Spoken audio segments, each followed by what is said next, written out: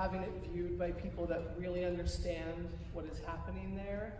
We can feel you, that you understand the journey this family has gone on and how confused as a music therapist I was to sort of like, what do you do next? And for the little group I had today, do you see what I mean by intuition? You kind of just have to jump in, whatever he was giving to me, I had to just go with it.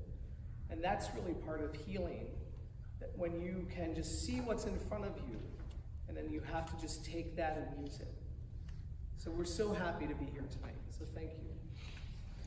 Thank you very much, folks, for coming and seeing this film. It took forever and a half to film, and it was amazing what Tom was giving me through music therapy. Like melodic intonation, I don't know if I'd be able to speak now if not for that. Just a little tone, each tone, like kind of trying to hum that note. I finally said good morning at 5 or 6 in the afternoon. I didn't care. I could talk. So it was incredible. But like music therapy, I think has helped lift me up in so many different ways. So hey, Tom, cheers to you.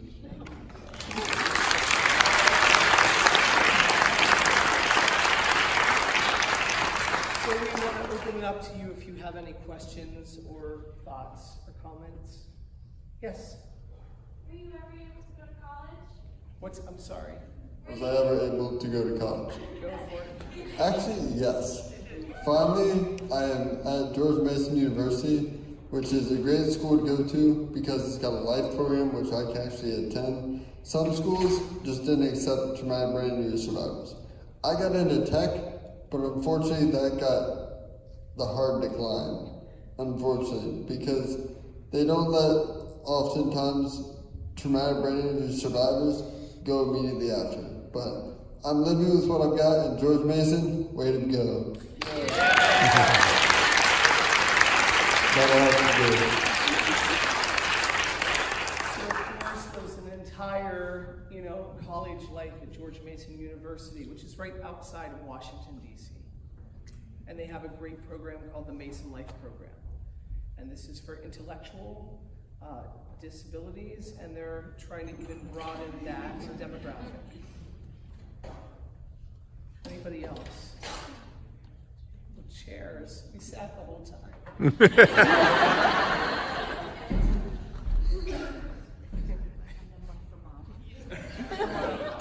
Does Puppy get a seat?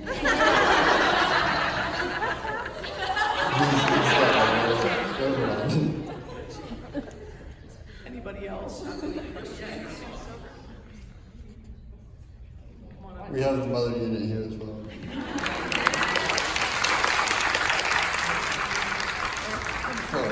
For those of you that are college students out here, thank you. Who would not want to have a mom like this, right?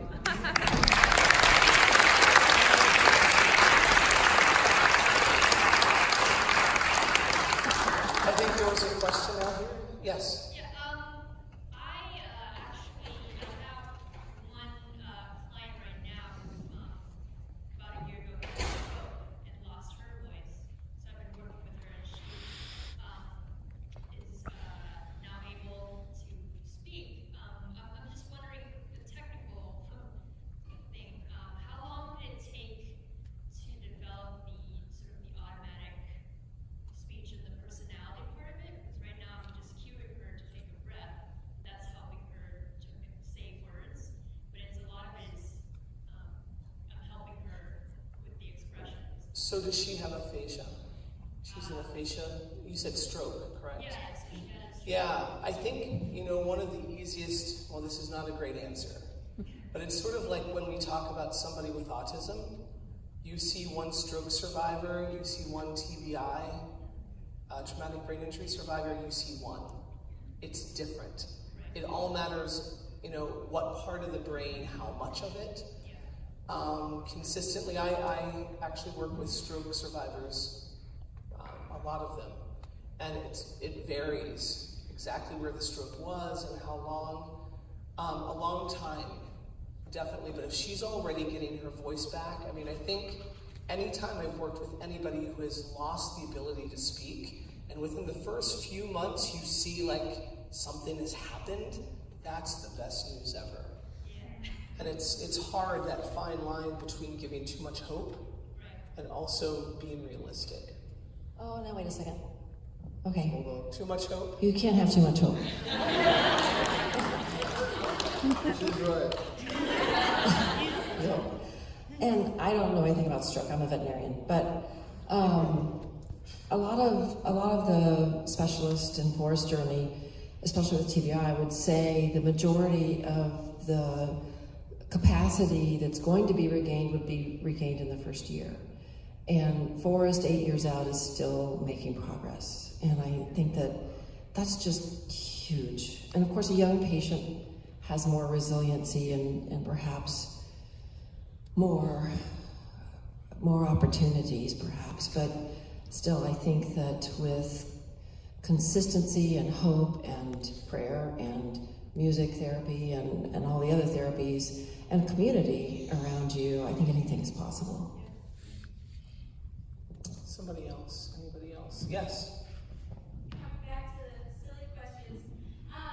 Forrest, were you ever able to go scuba diving again? Actually, yes. I'm thrilled about that. This time, unfortunately, I didn't get to go as deep as I wanted to, but I'm okay with that because the pressure on an injured skull, I really didn't want my skull to kind of concave. So I'm thrilled about that. We're in the same kind of boat here, so it worked out. But it was incredible to be actually able to go and do the things I've wanted and been thrilled to do for so long. Because if I couldn't go back to school, if I couldn't scuba dive, if I couldn't do the things that like a person wanted to do or people do, I would have felt kind of withheld from. I would have felt like, okay, I got another short end of the stick. But I'm coming back, I hope, fully, so hey, way to go, music therapy and health. Anyone else? Here, Dr. Walden, could I ask you for a favor? Would you mind taking a picture for us as we're all up here for the director, please? In portrait? In portrait, please. Dr. Walden has taught us today that there's a portrait mode. I have to put it in here for He actually just learned portrait today. There's a portrait so mode we'll give it to him. on our phone. Okay, there was a hand over here. Yes. Sure. Do you ever get the chance to co-treat with other disciplines? Yes. I'm really lucky. A little about that? Exactly. Yeah. With for speech therapist, you don't see a lot of it. She had hundreds of hours for this movie, and there are many hours where I'm co-treating with his speech therapist, with his physical therapist, and my therapist had a place to be work very closely with the hospital, with physical therapy, occupational therapy, and that is what I was talking about in class today too. We have to really begin to make it very common and known that we as music therapists work beside other disciplines and that we're not against them and they're not against us and we can complement each other. Yeah, I've seen a lot of, other disciplines believe that we music therapists are trying to take over their positions. Yes, And specifically. I've seen other music therapists are like, oh, but we do it, but we're more fun. Yeah. We're a completely different discipline though, And to be very honest, I mean, this is why we're very careful we don't really overstate the We gotta stay within our scope of practice. melodic intonation therapy, right? I mean, many of you know that there's a little bit of a thing going on. Here's something that I've learned through mentors of mine, that music belongs to everybody. And that we have to look at speech therapists just like we want them to look at us. And so melodic music therapy really is just about rhythm and pitch, and we all can use it, but we can't look like we're fighting against them. So really getting into the scope of, creating a partnership collaboratively and integratively is the way to go. Thank you, that's a great question. Yes? I think I'm the only one. I'm the SLP. Yay!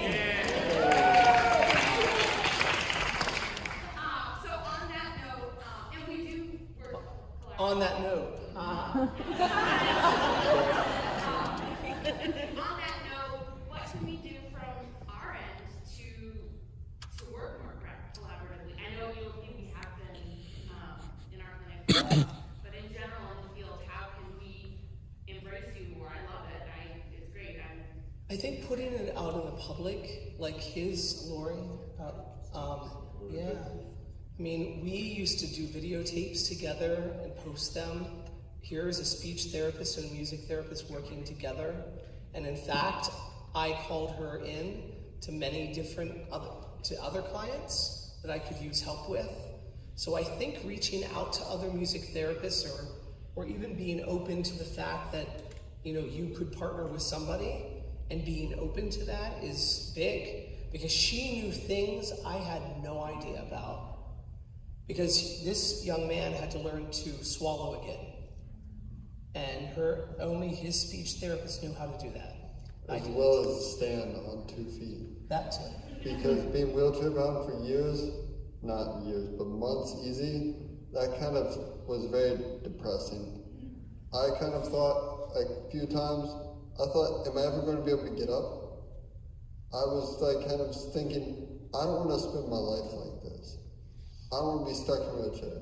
But thanks to music therapy and whatnot and everything, you're laughing at me. Come on. But thank you to all my support and whatnot. I was able to get up on 2 feet. And hey, my feet haven't failed me yet again. So far. Yes. Yes. So obviously there was a lot of hard work. I want to know a little bit of your routine as far as to continue implementing the work that you would do alongside with Tom. And were there moments of maybe discouragement to say, I'll just wait to work on this when Tom is here? Or how did you keep that going outside of sessions with Tom? Outside of sessions from Tom and other therapists and whatnot, it was difficult. If I couldn't do something, I thought a couple of times, what's the point? I don't want to do this. Do I need to? Why? What's the purpose for me doing this? Eventually, I pushed myself to the limit, and I said, I'm either going to do it or I'm going to quit. I don't want to quit. I got up, I did what I needed to do, I kind of fed myself, I did kind of the therapy sessions and routines that we kind of were told for me to do and would help and benefit me. And if I didn't push myself, I don't know where I'd be right now. I'd be way back there. I don't even know where back there is anymore. I can address that too. Shoot. It's a really good question. I think the motivation and the long rehabilitation can be overwhelming for the family as well as for the patient. So we used whatever means we could. His older brother brought in Jackie Chan bloopers and Jackass movies and whatever it took to motivate and keep Forrest engaged at different stages. We were really, really committed to keeping his friends and his circle involved, and I think you get a feel of that in the film. But I would text them, they would send videos. We had videos of Tom's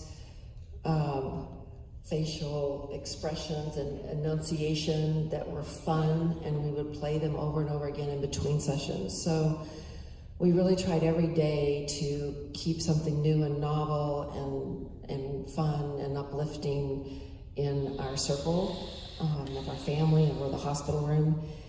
And he spent more than 2 years in 8 different hospitals. So, you know, we would decorate every hospital room. We would bring music into the hospital room.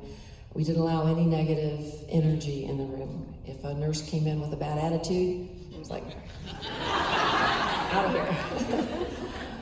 So, and Tolliver helped, you know, just having that positive energy that he brought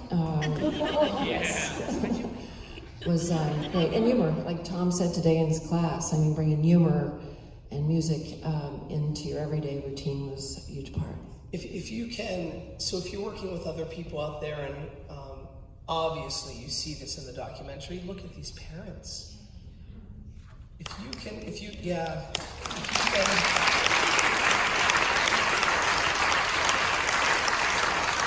I would suggest, when I have been with other situations beyond this family, Because with this family, you're walking into a hospital room that has pictures of dolphins, and there's music playing, and a friend is playing guitar, and even the pudding comes for him to eat, and it's colorful on top, and there's a sparkler. And, I mean, they went so far out of their way, and it is scary. You know this as therapists, how stark somebody's rehab can be. Putting up color, pieces of paper, pictures from your past.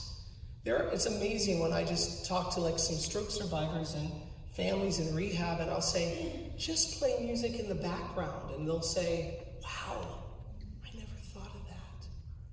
You can get Spotify on your telephone for $8.63. You can play thousands of songs, but to keep stimulation going, there's even a younger gentleman that I'm working with right now who had a stroke. He's 35. Can't speak. He's in there. He's trapped inside of there. So the wife, I talked to her, and she went out and she bought, you know, the light that kind of shines up on the ceiling with stars, and it moves. And she has music. She got XM and Sirius, and she knows that he connects to it. Instead of just lying there looking at a ceiling or looking at another face, sad that you can't say something back. Stimulation of any kind. And also you saw in this video, this is why Tolliver is very important. Hugging, touching, and you know, it's not just people that are in rehab that need that. But the more that you can talk a family into really being connected. Anybody else? Yes? Aside from the emotional, obviously, support you get from Tolliver, what other services does he provide for you? He can actually do 7 different things. In the beginning, what he could do, which was incredible, I had trouble doing this. He can pay for a credit card off of a flat wood floor. You ever try that? It's complicated. But he's also he's been a great service animal. Because what he can do too is he creates a bubble around me. Because sometimes when people see a cute puppy, they're like, oh, cute puppy.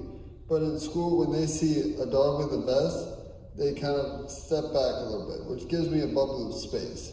If I hadn't had that, I would wee splat. I don't like the word splat anymore. But it's kind of the fact that he's also been a great friend of mine. I mean, he is kind of my best friend, because way back when, years ago, my room was kind of isolated. My friends couldn't come in and talk to me. It was really me, myself, and I, or parents and doctors. Doctors are excellent. Yeah, they saved my life. But try spending 2 years straight with them not being able to move. It gets complicated, and that's a kind word for it. So he's an amazing dog. I don't want to retire him. Cheers to you, puppy. And Mama has always something to say. Thank you. Sorry. You invited me up here, remember that. Sorry, this one's Tolliver, that one's worse. Tolliver he's a really special animal. He was bred and trained by Canine Companions for Independence, and they provide service animals for free to people with disabilities. He came to us with 45 verbal commands. He can pick things up, he can turn on the lights, he can open a door. He opens the world, really, to a disabled individual. And when Forrest received Tolliver, he was still in a wheelchair and was barely verbal. So Tolliver played a huge role the first few years. And now, Forrest also now is an ambassador for Canine Companions, and we help fundraise for this organization, which is incredibly important. So I think recommending for those of your patients who connect with animals, a service dog from a reputable, accredited provider is a huge benefit. Anybody else? Yes. As a music therapist, what kind of how do you take care of yourself? What kind of help do you keep going throughout this entire super long? Well, I take care of myself just fine. I don't overwork or overuse my voice. So I'm really big on, I come genetically from a very large family. So if I didn't work out every day, I'd be 500 pounds myself. I work out every day. I drink 15 glasses of water. I listen to music all the time. I read. I have good friends and family, and I vacation. And I get a pedicure every couple months. So, seriously, it is self-care for you all. It is big. It is the thing. And I do love to work 15-hour days. That is no joke. I feel like I was put on this earth to do so, but I have learned that if I don't stop, if I don't write music for fun, if I don't listen to music for fun, if I don't get enough sun, I'm not good for other people. And although I've only been a music therapist for 10 years, I'm 46 and I started working with students when I was 21. And so through the years, I have learned that I am not a very good therapist, teacher, or mentor to anybody if I don't take care of myself. So whatever you all have to do, be it a long bath, be it, oh my God, you know, you've watched this on the news all the time or scroll through Facebook and you hear about it. Sleep. Sleep is major. And do not discount water and also sunlight. And at least you guys out here in California, you have a lot of sunlight you can go to. So during this, and I'll tell you, being a part of their family, you got a little bit about my mom and my dad, and they did pass away. And I have adopted many people like this as family in my life. And it is not all the time that our boundaries, you know, as music therapists, you know, you adopt every client in their family. But part of the self-care that I had during this situation was this family. I have never been around something so positive and so loving. And I think the contradiction or the dichotomy that Susan, the director, has in this film is you're watching my mom and my dad, and look at this mom and dad. You're watching, we are all craving to watch a man and a woman, a mom and a dad of somebody look at each other and hug and say it's gonna be okay. And so part of my self-care has been falling in love with these guys too. Doors swings both ways, Tom. Anybody else? Yes? I'm curious about how you found out about music therapy and what made you transition from becoming an educator to becoming a therapist. So my first, you'll never guess this, but my first degree is music theater. If you couldn't tell by my Flash Gordon underoos. There are things that we're not allowed to tell the director to take out. If I could take out my Flash Gordon underoos and my washing of the dishes, I think I should be washing the dishes in my Flash Gordon. So You just made it weird, Tom. it's already weird for us. It's already weird. My bad. So I think that I was always born to be a therapist. And I used to give voice lessons and teach theater and direct. And truly what happened was I knew that music therapy existed, but 15 years ago, I had a voice lesson with I was in my late 20s and he was probably 14. And he came in and he had his guitar, and his father, 2 months earlier, took his life in front of him. It's a horrible story. The boy was on a bus coming in from middle school. So imagine an entire bus full of children, and his father shot himself in the front yard. And this boy came to me with a poem, and the poem was called Falling from a Star. And I wrote this song with him, and this half-hour lesson turned into a 2-hour lesson. Now this is kind of funny and not. So I went home and I'm crying in the car. I'm like, wow, what is that? And then that night, I was in a professional production of Seussical the Musical. and I played Horton the elephant. And literally, when I knew I was a music therapist, was I was in an elephant outfit, and I was sitting and hatching an egg. And I looked out, and it was like 1,000 people. They all paid money to be there. And I thought to myself, what am I doing?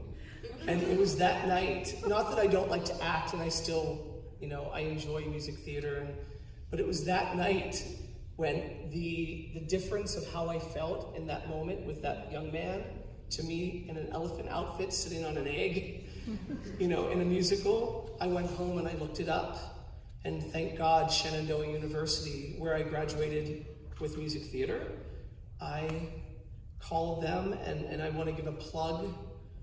First of all, I'm falling in love with this school right here, so I can't wait to visit again.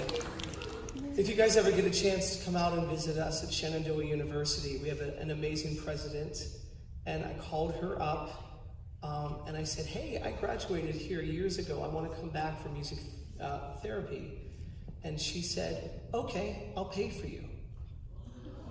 Yeah, so the school paid for me to come back to school. And, it's amazing moments like that. And I'm not afraid to say that, for me, that's God.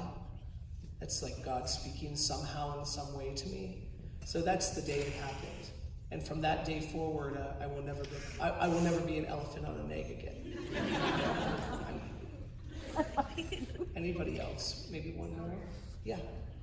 You touched on it a moment ago, but I was wondering if you could talk a little bit more about, especially since in the film they mentioned that at first you were seeing Forrest like 4 or 5 times a week. How do you keep those professional boundaries and the objectivity that you need to do the work that you need to do when you do obviously have a very strong emotional and personal connection, especially in a small town? Yeah. So that's a great question. This is not normal. Yeah. Never have been, probably never will be. That's true. Probably over the last 10 years, I've now serviced a good 500, 600 families. And it is because I met him when he was in kindergarten. And I don't know if any of you ever taught in a private school, but it was very family-like. I basically helped raise him since he was 5, that I became the therapist. So I'm very close to a lot of the families we work with, but I've never had anything like this. And it was hard. It was very difficult. And there were moments where I felt like I crossed my boundary. Like the night, it was New Year, it was Christmas. It was Thanksgiving night, one of those holidays. And both of these guys did something pretty, so that was the night where he wrote on his computer, I say it in the film, as I'm leaving on Thanksgiving night, he writes, please help me find my voice. Mom comes out, knocks on my window and goes, you know what would be a great Christmas gift? Forrest speaking. So it's those moments where you're like, what the hell? But we became so close. We have celebrated tons of holidays together. And I really believe this is a once-in-a-lifetime situation for us. And I really believe that this film is made to help all of us in the world of convincing, educating, and enlightening people what we really do. Because I will never have this again, and I will never be able to have this kind of boundary crossed in the appropriate way. Yes, one. Where can people watch this if they're not in the screening? Actually, well, there's one website that we finally have that you can subscribe to it as well. It's on my bracelet right here. Come here. So it is musicgotmehere.com. That's my documentary's name and the website as well. And I feel like I'm crossing the line because Tom looks, no? Yeah, so go to musicgotmehere.com. It is my website. I don't run it, but it's about me, and it's music and Tom, of course. A lot bit about Tom as well.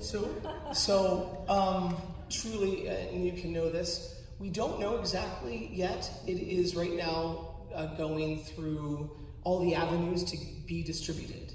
And they're very interested in educational distribution. And we can announce this, and we can't promise anything. We don't know exactly how this is happening, but MGM has bought our life rights, and they're looking right now in developing a narrative film based on this film. And we're hoping that they will come out in tandem. And so, be it Amazon, Hulu, Netflix, somehow you will be able to see this film. And I do ask all of you, I just was very lucky and I went to Florida Gulf Coast School, which is a great program. And if you guys want to learn and meet other music therapists, I have this thing called a Music Therapy Minute. So I'm going to give you all permission right now to look me up on Facebook. My name, so don't look up Tom Schweitzer, look up Thomas Schweitzer. And every single day, and you're on it today, and you'll be on it the next couple of days. Every day I give you 1 minute of music therapy in some way, shape, or form. And it's a great way for you all to connect to other music therapists in America. And we'd love for you to be a part of that. If you want to learn more about A Place to Be, we have information on the table. But as far as the film, we promise you that we will let you know how you can see the full film once we know.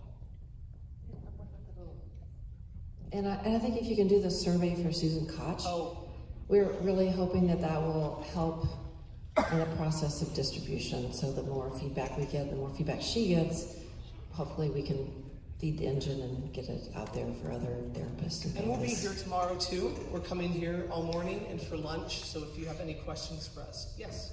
One last thing, I just want to thank you, just from the bottom of my heart, for being vulnerable, being courageous to put your story out there, for being the mom and the survivor and the therapist that you are, and showing that help. Thank you very much. I would like to thank all of you as well for coming and seeing this film, because if we don't have people that can see this and spread the awareness, our message doesn't mean as much as it should. So thank you for spreading this, and if you would like to, tell people to look us up as well, and A Place to Be, and Music Up Here, and Sure We're Not Raystone as well. But mostly thank you for choosing. As well. Thank you so much. Yeah, thank you for choosing this profession. It's sacred work, and the lives you're going to impact and affect throughout your careers, I'm sure will be just as extraordinary. So thank you.